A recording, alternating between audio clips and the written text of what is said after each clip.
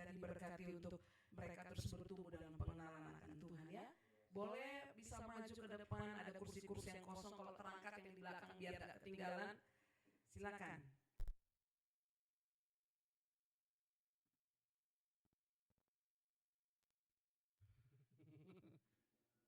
Dia nguji suara. Saya sih memang bawa mic kok di lehernya aman. Selamat datang Kak Nerli. Gak bawa kakak hari ini ya, bawa sendiri ya. Baik, selamat hari pencurahan Roh Kudus atau hari Pentakosta. Salam dulu kanan dan yang lain. Karena itu Pentakosta. Kalau selamat hari Minggu, selamat hari Pentakosta. Ya. Tidak dibikin tanggal merah ya, karena kita cukuplah diberikan tanggal merah tanggal 29 kemarin ya. Saya lihat kalender besok masih cuti bersama Idul Adha, panjang ya liburnya ya.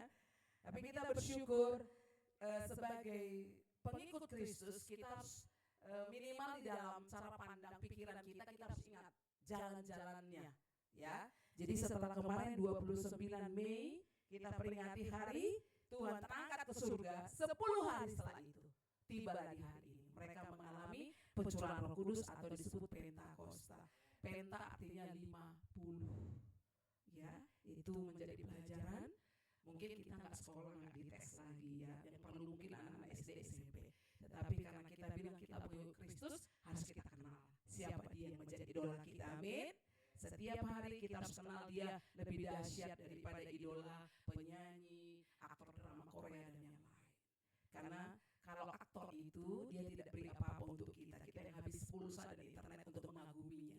Tetapi kalau Yesus Kristus setelah kita panggil saja dia bilang aku akan menyongsong engkau. Itu luar biasanya. Hanya Alkitab ketika kita baca penulisnya datang.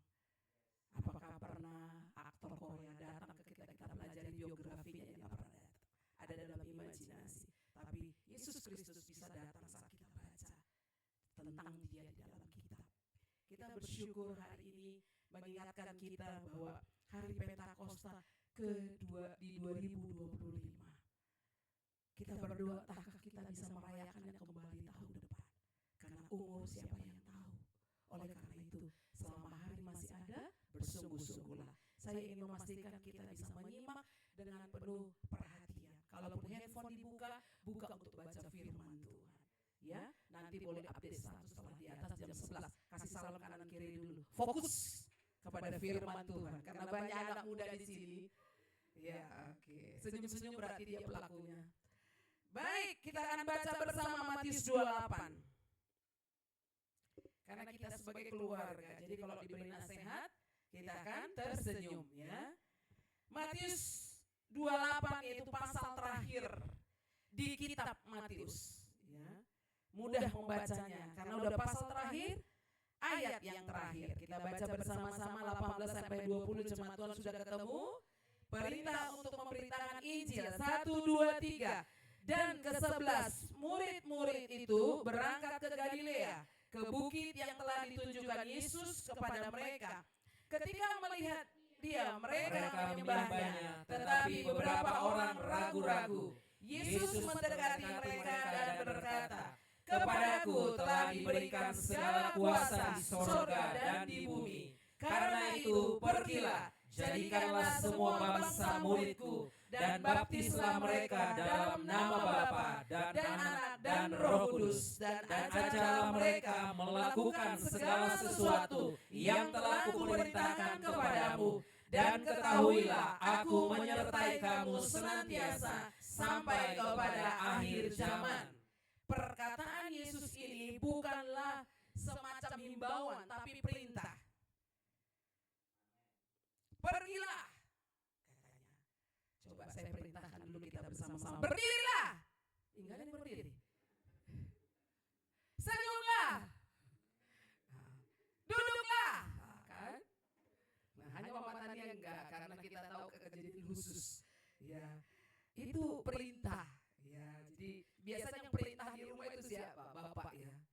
Bapak yang paling banyak komandonya di rumah. Ya, ibu paling banyak apanya? Kalimat keterangannya. Gitu.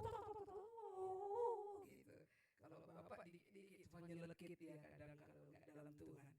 Baik. Kita mau tahu dulu kisahnya. Jadi waktu itu Yesus katanya mau naik ke surga. Jadi waktu itu, waktu dia naik ada perintah. Kalau kita baca kitab Matius ini, di awalnya diceritakan tentang kelahiran Yesus. Ini baru ujungnya adalah waktu dia naik ke surga. Jadi perintah ini disampaikan di ke-11 murid itu berangkat ke Galilea. Tepatnya dia memerintahkan ini di kota Betania. Betania, satu kota di mana kejadian spektakuler pernah terjadi, itu bangkitnya Lazarus dari kematiannya. Yang menjadi pertanyaan perenungan saya kepada Tuhan, kenapa Tuhan harus milih Betania? Betania itu di luar Yerusalem. Kenapa harus milih kota itu? Kita percaya selalu ada maknanya. Kalau saya kehilangan uang, terus Tuhan kasih mujizat, tiba-tiba dompetnya berisi, 1-2 kejadian ada. Tetapi kalau ada orang yang mati terus bangkit lagi, hanya Yesus yang pernah melakukannya sekali di Betania. Kedua baru dia sendiri yang mati, bangkit dari kematian. Jadi rasanya dia pilih tempat itu untuk meneguhkan muridnya bahwa aku adalah Tuhan yang besar, saat memerintahkan enggak pernah salah. Karena dia mengingatkan ada pernah kuasa yang luar biasa aku kerjakan di tempat ini. Makanya dia pilih Betania. Kita dengar kisahnya Lazarus, berapa hari dia mati. Dan Maria Magdalena menunggu sampai sudah berbau waktu itu. Ya, orang-orang rasanya enggak mungkin, enggak ada pernah kisah sudah berhari-hari mati bisa bangkit. Itu dikerjakan Tuhan di Betania. Disitulah juga titik di mana Tuhan memilih tempat untuk dia terangkat. Mengingatkan apa? Bahwa kalau seorang penguasa memberi perintah, tetapi kalau power kuasanya hebat, biasanya pengikutnya akan apa? Nurut, oh iya, oh iya. Beda kalau dia nggak nunjukin apapun ya. Kita akan bilang apa? Bisa apa sih dia ngatur doang? Ngomong doang, tunjukkan telunjuk doang, coba turun. Kan gitu, coba rasakan penderitaan rakyat gitu misalnya. Ya, tetapi Yesus sengaja memilih di tempat di mana dia pernah menunjukkan kasihnya, kehebatannya, dahsyatnya. Dia pilih Betania supaya tidak ragu muridnya. Tapi kalau kita baca tadi teksnya, apa yang terjadi di ayat 16 saya bacakan untuk kita. Dan ke-11 murid itu berangkat ke Galilea, ke bukit yang telah ditunjukkan Yesus. Ketika melihat dia, mereka menyembahnya, tetapi beberapa orang ragu-ragu. Mereka masih ragu, padahal mereka lah saksi kehebatan itu. Mari kita renungkan dengan kita hari ini. Seberapa besar keraguan kita? Tentatif kan keraguan ya kan? Kalau rasanya pelajaran iman itu udah pernah kita kuasai, kita pede di situ. Benar nggak? Kita yakin, Tuhan pasti beri aku makan minum, karena udah terbukti. Tetapi kalau beberapa peristiwa belum pernah kita hadapi penyelesaiannya, di situ kadang ragu. Kenapa muridnya ragu? Karena baru kali ini mereka melihat ada orang yang pernah mati, 40 hari dia keliling menunjukkan dirinya, dan dengan tubuhnya dia naik. Mereka ragu karena baru kali ini mereka lihat itu. Iya. Gak masalah kita ragu, bilang sebelahnya, gak masalah kok kamu ragu. Karena udah dicatat, berarti Tuhan tahu perasaan kita, dia catat ya. Tetapi yang menjadi kelanjutannya adalah Yesus mendekati mereka. Jadi keraguan itu bisa jadi prasyarat Yesus mendekati engkau, amin. Ya, pakai keraguan itu bukan jadi menjauh dari Tuhan. Pakai keraguan itu dengan berserah dia akan datang mendekati engkau. Karena dia sejauh doa. Dia tahu kita kapan ragu. Dia tahu. Mau kita ragu dengan tanggal tertentu karena trauma. Kita ragu karena waktu tertentu, karena tumpukan pekerjaan. Atau kita ragu tertentu karena ada deadline. Karena ada harapan yang tertunda, dia tahu karena dicatat sama dia. Tetapi luar biasanya Yesus bukannya menghakimi mereka, malah dikatakan Yesus mendekati. Dan karena dia ragu, padahal mereka itu saksi sejarah Yesus mengerjakan hal yang dahsyat kepada Lazarus. Tetapi karena mereka ragu, Yesus berkata seperti apa? Kepadaku telah diberikan kuasa. Kenapa dia perlu bicara lagi? Padahal udah ada buktinya. Karena dia tahu hati muridnya, hati kita ragu. Jadi dia bicara kembali. Betapa sabarnya dia mengasihi kita. Dia tunjukkan teladannya.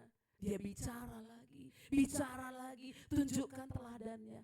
Jadi hari ini kalau kita orang tua atau orang dewasa baru berbicara, teladan kita belum tampak, tirulah Yesus. Dia berulang kali menunjukkan teladan, berulang kali dia bicara, berulang kali dia mendekati muridnya. Alangkah panjang sabarnya untuk murid-muridnya. Begitulah harusnya sabar kita kepada anak-anak kita. Kita tunjukkan teladan. Kita perkatakan, kita dekati. Gak ada di situ dibilang dipukuli, dicewer telinganya. Kamu kenapa sih? Kemarin kan udah kamu dengan matamu lihat. Yesus menyembuhkan, kau ragu. Gitu. Gak ada.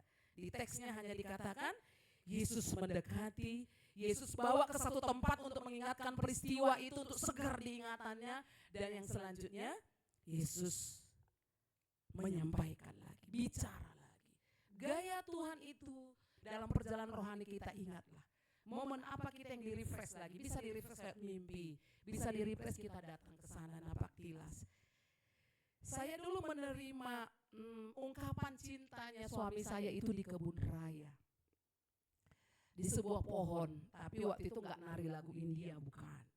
Jadi waktu itu Pak Obden bawa gitar, saya bawa sukro merek Garuda. Bawa minum, pokoknya kan beli di warung pakai tas kresek. Terus bawa gitar Pak Obden. Nah, jadi sekitar 3 tahun yang lalu, tepat 20 tahun pernikahan kami balik ke sana. Itu namanya napak tilas, mengingat lagi, oh di pohon ini dulu. Suami saya bilang gini, Anita, sebenarnya sih kan sudah 6 bulan lalu dia menyatakan. Nah di situ hanya, Anita apa jadinya jawabanmu? Terima atau tidak aku jadi teman hidup, kan gitu. Saya harus jawab waktu itu di kebun raya. Saya waktu itu bilang ini, saya ingin menjawabnya di kebun raya. Nah Pak Obden bingung kenapa dijawab di kebun raya. Orang biasanya di restoran agak-agak remang gitu kan. Terus ada bunga mawar satu di depan. Tapi kok kebun raya siang-siang bolong lagi. Saya bilang kebun raya itu satu pohon satu pasangan waktu itu. Perzinahannya, janji-janji palsunya banyak. Saya mau pengen jawab di situ untuk menerobos spirit itu supaya orang gak gampang kawin cerai. Saya bilang datang Pak Obden, ya elah jawab doang perlu pakai misi gitu. Itulah waktu itu gayanya saya ya. Terus Pak Obden turutin. Waktu itu yang bayar tiketnya kayaknya Pak Obden ya. Jadi para wanita-wanita kalau ada ngajak sesuatu harus lakinya yang bayar. Nah itu salah satu poin. Jangan pula kita yang harus keluar yang perempuan. Jadi saya jawab waktu itu. Saya agak-agak main drama. Saya baru kali ini tahu arti drama itu prank. Ya gini sebenarnya Kak, saya panggil Kak ya. Dulu saya panggil Adik karena kan saya gurunya. Nah setelah 6 bulan saya balik Kak karena sesuai umur. Dalam perjalanan berdoa 6 bulan ini rasanya sih, nah mata saya kadang kemana gitu. Pak Obden mulai dari gitarnya petik-petik sampai diem, petik lagi gitu agak melambat gitu. Terus saya jawab iya. Ya saya jawab iya. Terus waktu itu Pak Obden langsung nada gitarnya beda. Ceng gitu ya. Semangat lagu kemenangan ya.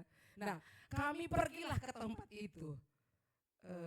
Kan kami menikah 2004. Nah, jadi tahun lalu 2024 kami pergi ke sana. Mengingat menapak tilas. Nah, ketika mengingat itu apa yang teringat? Teringat semua perjuangan bagaimana ini dan itu. Nah, itu yang Yesus mau kesankan ke murid-muridnya. Makanya dia dibawa ke Betania.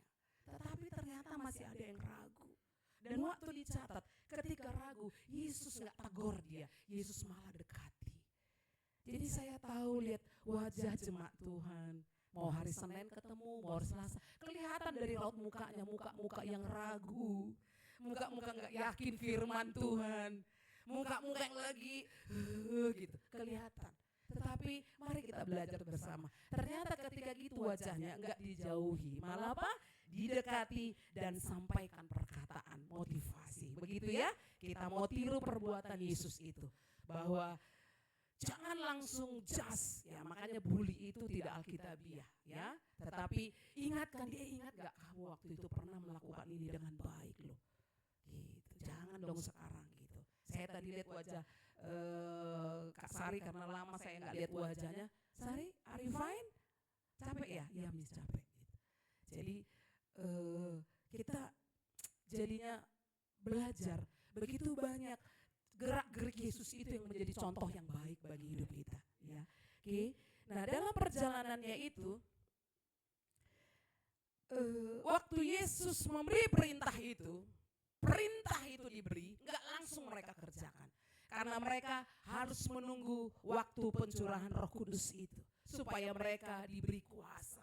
Jadi kadang-kadang perintah itu nggak langsung hari itu action. Bisa diinternalisasi dulu, direnungkan, dipersiapkan bahan mentahnya, diperlengkapi dirinya supaya dia siap dengan itu. Tuhan juga nggak buru-buru. Nah, kita baca kisah itu, teman-teman jemaat Tuhan sudah pernah dengarkan bahwa mereka harus tinggal dulu di Yerusalem sampai mendapatkan janji Bapa. Kita baca di Kisah Para Rasul 1.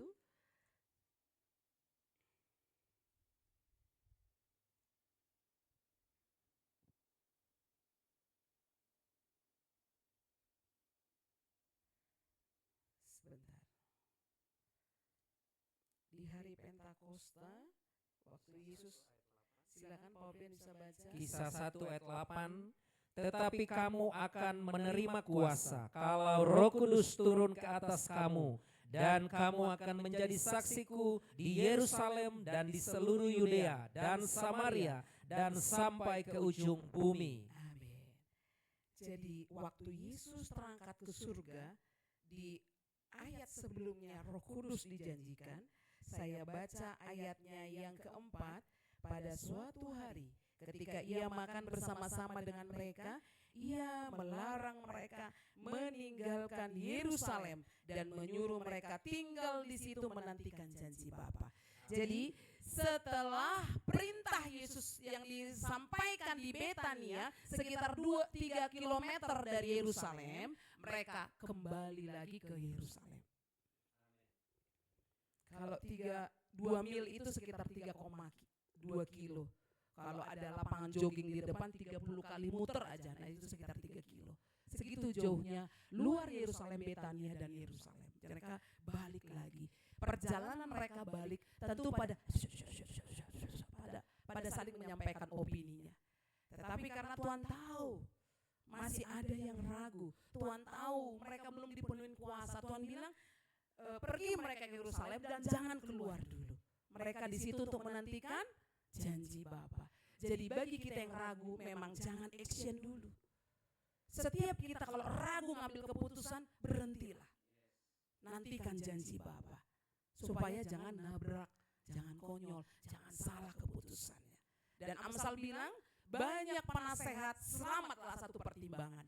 Jadi kalau mulai ragu, tanyakan Tuhan untuk menantikan janji Bapa dan mintalah nasihat orang yang kau percaya. Yang percaya tapi nilai hidupnya benar ya, gitu. Itu akan menyelamatkan perjalanan kita. Setelah itu mereka akhirnya punya kuasa, ya, punya kuasa seperti yang dibaca tadi. Itu janji Tuhan kepadanya. Kadang kalau kita baca janji itu, bagaimana caranya ya Tuhan? Seorang Merlin dari kampung Jati Japos akan menjadi berkat ke ujung bumi. Kan itu jadi pertanyaan. Punyanya cuma motor, keluarga dengan seluruh tantangan, gimana jadinya? Nah, itulah yang tidak bisa dicerna oleh akal budi. Makanya harus berjalan di dalam iman dan kebenaran. Karena itu tidak bisa diterima dengan akal budi. Kalau akal budi kita langsung berpikir apa? Oh, cocoknya nanti di kapal pesiar atau di sini nanti, atau dia jadi pramugari kemana-kemana. Kalau begitu sedikit orang percaya yang bisa menyelesaikan perintah ini. Ada begitu banyak caranya. Cara paling sederhana adalah doamu. Negara apa yang pernah kau doakan? Hanya Indonesia? Mulai hari ini berubahlah. Ada sekitar 165 negara di dunia ini. Doakan. Setiap hari Minggu kita melihat ada peta di situ, ada benderanya dan negaranya. Doakan. Karena itu perintah. Dia akan menolong kita menjadi berkat sampai ke ujung bumi. Gak tahu caranya. Jangan kita kerdilkan itu, hanya kita ragu dan masa bodoh. Karena yang dimaksud sampai menjadi berkat ke ujung bumi bukan badan ini pindah terus kita punya maskapai sendiri keliling-keliling. Gak jadi. Itu terlalu kerdil. Tetapi yang perlu kita terima adalah konsepnya, imannya bahwa Tuhan memberi kuasa supaya aku menjadi berkatnya kepada link satu, circle keluarga, kepada circle yang kedua, ketiga, sampai ke ujung bumi. Itu perintahnya. Sampai hari ini kalau saya hitung kalender umur saya tinggal 20 tahun lagi paling saya hidup. Saya selalu bertanya, Tuhan beri jalan gimana aku menyelesaikan misi sampai ke ujung bumi karena itu perintah-Mu. Kalau ada seseorang memerintah, masa dia nggak beri akomodasi, amin? Nggak dia beri logistik, nggak diberi akses, karena dia beri perintah. Apa tadi perintahnya? Padaku ada kuasa di bumi dan di surga, oleh karena itu pergilah. Jadikan semua bangsa, 165 bangsa yang teridentifikasi di bumi ini. Bangsa mana yang belum pernah engkau doakan? Mari ambil bagian. Itu yang paling sederhana. Jadwalkan.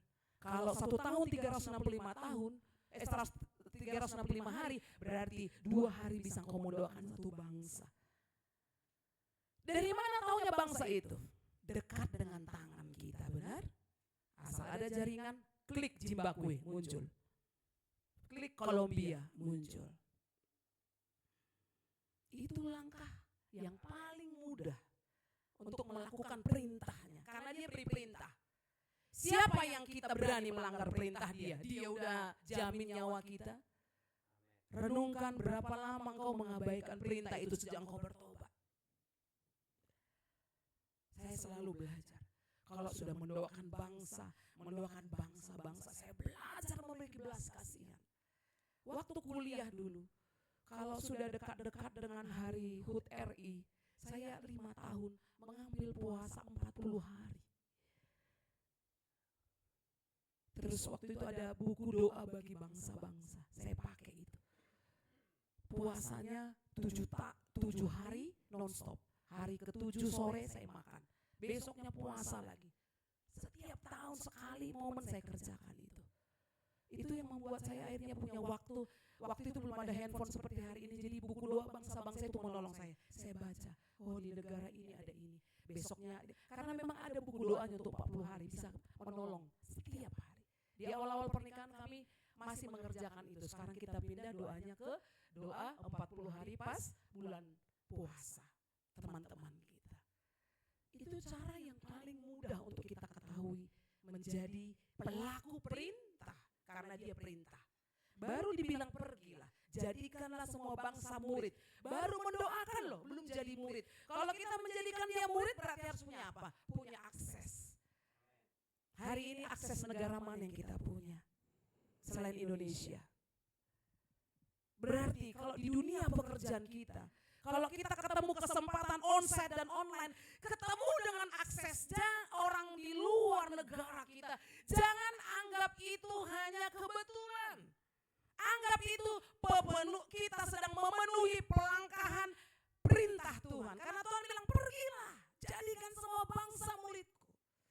Mari kita berlomba-lomba. Hari ini sekolah ini punya banyak akses ke Korea hari ini. Mari kita datang ke saya, sampaikan pesan Tuhan, aku mau terakses seperti apa terserah.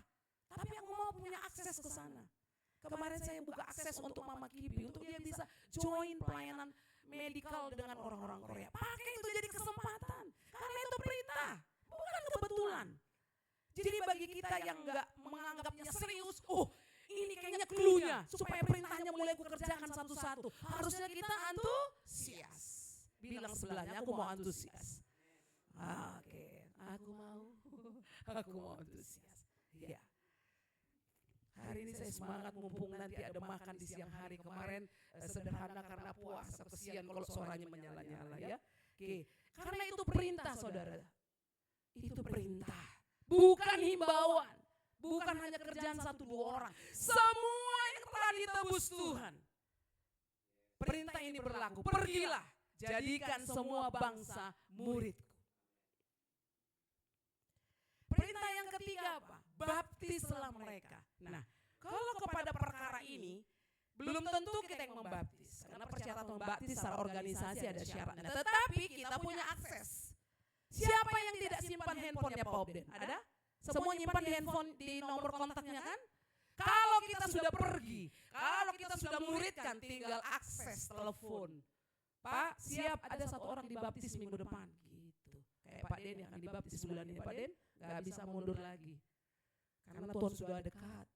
Bukan sumber air sudah dekat. Tuhan sudah sangat dekat. Tandanya sudah banyak. Kita nggak tahu entah dia yang datang duluan atau kita yang duluan menghadap dia. Makanya harus bersiap. Nah, jadi karena ini perintah, saya berdoa kepada Tuhan sepanjang mempersiapkan ini untuk kita seperti anak, seperti murid, seperti ajudan, seperti anak buah yang taat sama bosnya. Harusnya gitu spiritnya.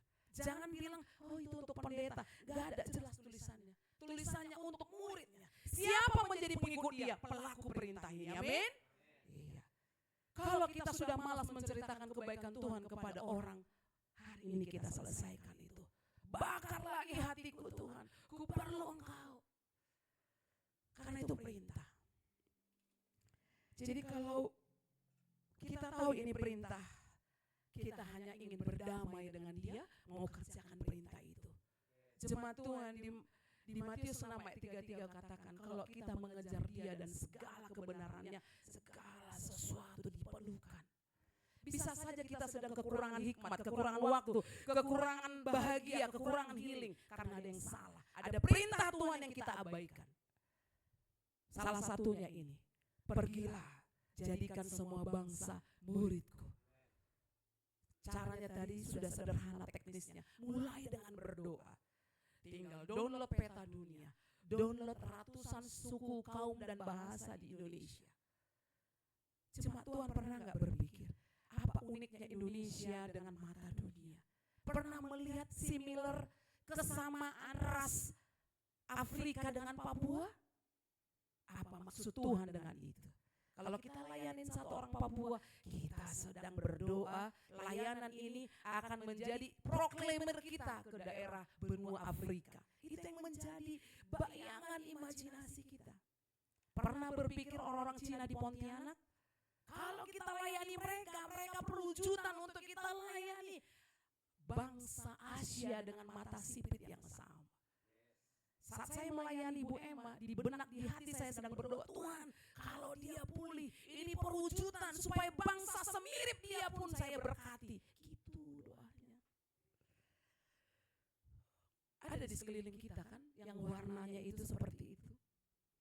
Apalagi yang kita contohkan, orang-orang Sunda. Kenapa langsung lihat Yohan? Iya, Yohan saudaranya suku Asmat. Rasnya beda tapi ya, kulitnya boleh sama. Nah, kalau kita lihat orang Sunda, kalau kita layani orang Sunda, kita sampaikan kepada mereka kebaikan Tuhan yang kita alami setiap hari untuk menabur sama dia. Itu bisa berwujudan untuk kita melayani semua negara yang bagian Arab, Turki, apalagi Palestina. Gitu bayangannya. Saya menyampaikan ini, kok kayaknya seperti orang PBB yang bicara ini, bukan kepala sekolah Tunas Pertiwi, tapi karena ini perintah. Jadi tugas kita hanya mengolah perintah itu supaya kita menjadi good respon, pelaku perintah yang benar. Kalau enggak dicoret nanti kita dari kehidupan. Sayang, karena ini perintah. Yesus mati untuk perintah ini jadi. Kalau enggak dia di surga aja terus enggak turun. Supaya kita tidak binasa. Dan kita gak mau egois. Ada berapa negara yang tidak bisa ibadah seperti kita duduk manis ada ruang AC. Ada banyak negara kertas Alkitab ini disobek, ditempel di kakinya. Jadi setiap ibadah itu baru dibuka, dibaca, ditempel lagi. Hafal, harus hafal. Ada banyak negara-negara komunis gak bisa pegang mic sebut Yesus seperti saya. Mereka perlu Tuhan. Lewat siapa? Lewat kita. Karena Tuhan sudah naik ke surga. Berarti kita aja apanya? Agennya hari ini di bumi. Apa kita gak tersinggung kalau Tuhan buka agen sebelah? Padahal kita dibilang muridnya, kepadamu kuberi kuasa. Tapi kita gak kerja agent yang sama, yang bergerak lebih dahsyat. Malu kita. Makanya dia nggak buka agent lain, dia beri agent untuk melakukan perintah ini kepada gerejanya. Supaya saat dia datang, dia menaruh dirinya di tubuh gerejanya, karena dia kepala. Ini yang harus kita mengerti. Misi ini memang besar. Saya kemarin dalam pembacaan Alkitab kita ada tertulis, pekerjaan ini besar. Oleh karena besar, perlukanlah Tuhan. Buang waktumu untuk hal yang lain. Fokus kepada visinya dia. Sayang. Perjalanan kita begitu singkat. Sayang kita buang untuk dunia. Sayang banget. Saya tinggal 20 kalender lagi paling. Kalau masih sehat. Kalau udah menyerang kolesterol, gula darah, bla bla, mungkin besok. Makanya sayang.